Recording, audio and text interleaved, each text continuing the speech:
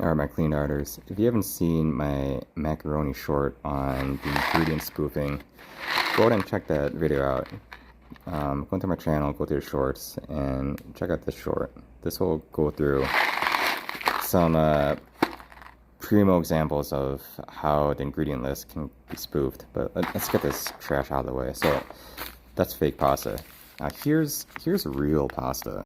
Now, all jokes aside, you see it right there in the middle. Yes, it is Dolce Gabbana. If you don't know the story behind this, Pastifico di Martino, this is the actual manufacturing company, the brand in Italy. They do all of the manufacturing and the creation of the pasta itself. Dolce Gabbana just did a collaboration with them to do the package design. They have nothing to do with the actual pasta, the ingredients, anything that goes into it. But for me personally, this is always my go-to. I usually get this from Jewel.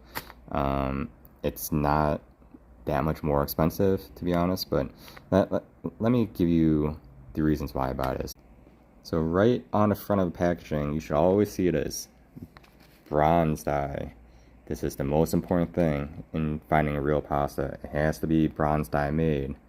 Why? Because you don't want to be eating plastic pasta, which I'll get into later. A real pasta will have a very short cook time. So getting to al dente for this one is 8 minutes. And that's because there's only 2 ingredients. A real durum wheat semolina and water. There shouldn't be anything else. Not some enriched wheat flour crap. If you see that, you throw that box or that packaging back onto the shelf.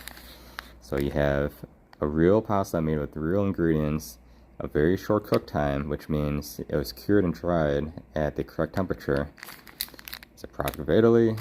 It's made through a bronze dye, so you know it's not a plastic pasta. Now, what is a plastic pasta? If you think about your other big box brands, like a Barilla, that is plastic pasta because it's made through a plastic delarin, or a delarin plate, or a mold. Delarin is a type of plastic. When pasta is made, these molds go through a non-stop heat cycle. So when you have a starch that's going through a hot piece of plastic, that starch is absorbing the plastic. You bet that you're eating microplastics just because you're trying to save a couple cents. Look, get the real thing. I swear by this brand. All jokes aside of Dolce & Gabbana, they just do the packaging. But Pastifico di Martino, I mean, this is the real stuff right here. Clean arters, this is a yes.